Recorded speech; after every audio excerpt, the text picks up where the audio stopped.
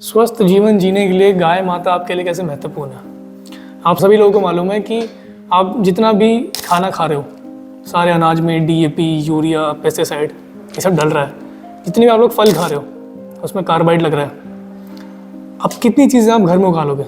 इतना जो ये बॉडी में टॉक्सिन जा रहा है, इन सबको हटाने के लिए देसी गौ माता कैसे आपकी हेल्प कर सकती है? तो बताया जाता है कि देसी गौ माता का जो गौमूत्र है, अगर उसका सेवन आप नियमों के हिसाब से करते हैं तो ये आपकी बॉडी से सारा टॉक्सिन रिमूव कर देगा। गौमूत्र का सेवन कैसे करना है? सुबह सूर्य अगर उग जाता है तो गौमूत्र काम नहीं करेगा। सबसे पहले विशेष बात यह है, क्यों? क्योंकि उसके अंदर अमोनियो और यूरिक एसिड बढ़ जाता है जो आपको लीवर तक डैमेज कर सकता है। इसीलिए गौमूत्र इकट्ठा करना है क्या तो रात के 12 बजे के बाद या सूर्य उदय होने से पहले।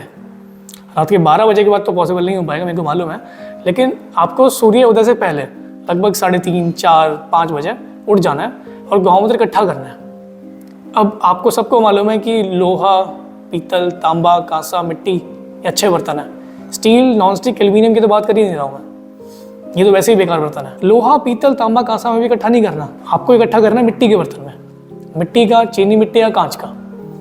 इकट्ठा करने के बाद इकट्ठा करके ले आना घर पे।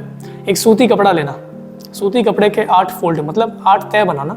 8 तह बना के उस गौमूत्र को आपको 8 बार छानना है, ठीक है। ये 8 बार छना हुआ गौमूत्र आपका 64 बार टोटल छन जाएगा। 8 × 8 64 छन जाएगा। ये छना हुआ गौमूत्र एक गिलास लेना, उसमें आधा गिलास गौमूत्र डालना, आधा गिलास पानी मिलाना। 50 ml गौमूत्र, 50 ml पानी, ठीक है। मिला करके आपको एक बेल पत्र होता है, 3 पत्ती का एक पत्ता बेल पत्र का होता है, तो ऐसे आपको 5 पत्ते मतलब 15 पत्तियाँ लेनी है। कुंडी सोटे पे, सिलवट्टे पे या पत्थर पे ही चटनी बनाना, मिक्सी मत घुमाना, उसका फ़ायदा नहीं होगा, ठीक है। पत्थर पे चटनी बना के उस गौमूत्र में डाल देना, उसको एक सूती कपड़े की तरह और छान देना। ये वाला गौमूत्र अगर आप नियमित सेवन करते हैं सूर्योदय से पहले, तो ये आपकी बॉडी से सारा टॉक्सिन रिमूव कर देगा। एक टाइम के बाद में आपको खुद फील होने लगेगा कि आपको फिजिकली जो दिक्कतें पहले हो रही थी, जो आपने ध्यान नहीं दिया, इग्नोर करते रहे, वो भी आपकी ठीक होती रहेगी। कैसे? आपकी बॉडी में अगर थकान रहती थी तो उसमें आराम मिलेगा, आपको स्फूर्ति आएगी। अगर आपके बॉडी में कहीं भी फैट है तो वेट लॉस के लिए भी गौमूत्र बहुत अच्छा माना जाता है। अब गौमूत्र की विधि क्या है? आपको जो गौमूत्र इकट्ठा करना है, उस गौमाता की उम्र कम से कम 1.5 साल की होनी चाहिए। 1.5 साल की क्यों होनी चाहिए? अगर वो छोटी रहेगी तो उसका उतना सूर्य केतु नाड़ी आता नहीं है, वो पता नहीं लगता कि प्रॉपर देसी गौमाता है कि नहीं। नाभि बाहर की तरफ हो गई है, पीठ थोड़ी झुक गई है झील की तरह, पूंछ लंबी हो गई है, गले में गलकम्बल आ गया है और उसकी माँ की ध्वनि फट नहीं रही है, तो ये सब पहचान है गौमाता की। ऐसी गौमाता अगर आपके पास है तो उससे आप गौमूत्र पी सकते हैं। अब अगर ये गौमाता बीमार हो गई तो उसकी नाक सूख जाएगी।